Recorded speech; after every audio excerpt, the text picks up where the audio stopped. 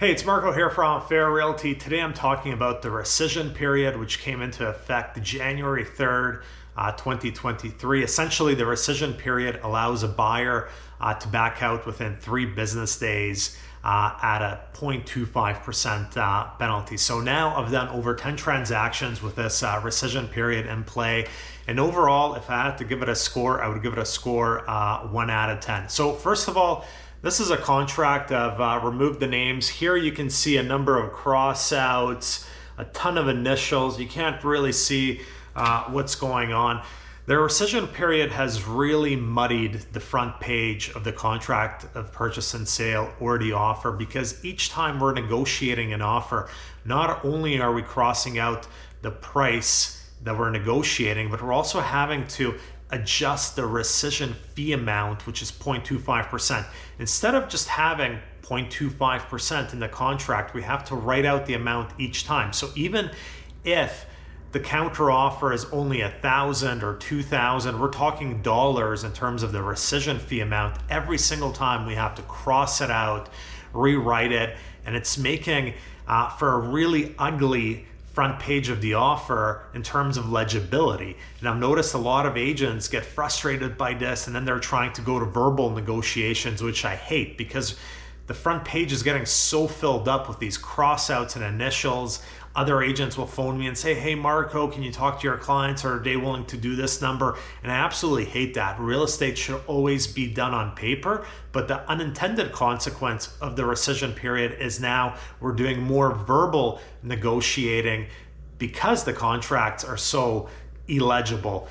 There's another section of the contract which has the acceptance date and the expiry of the rescission period. Realtors are getting those dates wrong, so we're having to correct that, etc. The worst part of all of it is we're having to do all of this on offers where the rescission period does not apply. And what I mean by that is most offers are written with conditions for 7, 8, 9, 10 business days. They're longer than the 3-day rescission period. So in essence, the rescission period has no impact on these values, but we're having to deal with 2 pages of numbers and dates and them being crossed out and modified for no reason at all because the conditions are longer.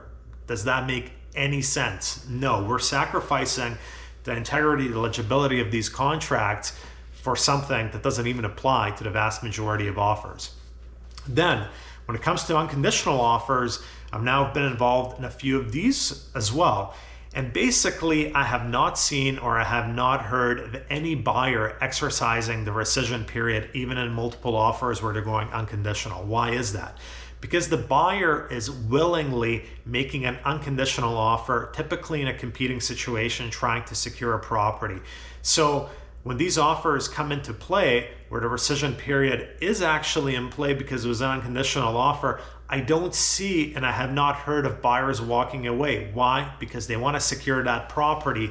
That's why they're making an unconditional offer in the first place. So it has had no benefit there. I've also seen properties selling $100,000, $150,000, $200,000 above asking price because, once again, the rescission period does nothing to address supply and demand. If you have a property that's very attractive, it's priced attractively, and you have 5 buyers bidding on it, the successful buyer, if he or she bids $150,000 over asking, they were trying to outbid 4 other parties, for example. So they're not going to use the rescission period to walk away because they really wanted that property. So it's done nothing to prevent properties from going hundreds of thousands of dollars over asking.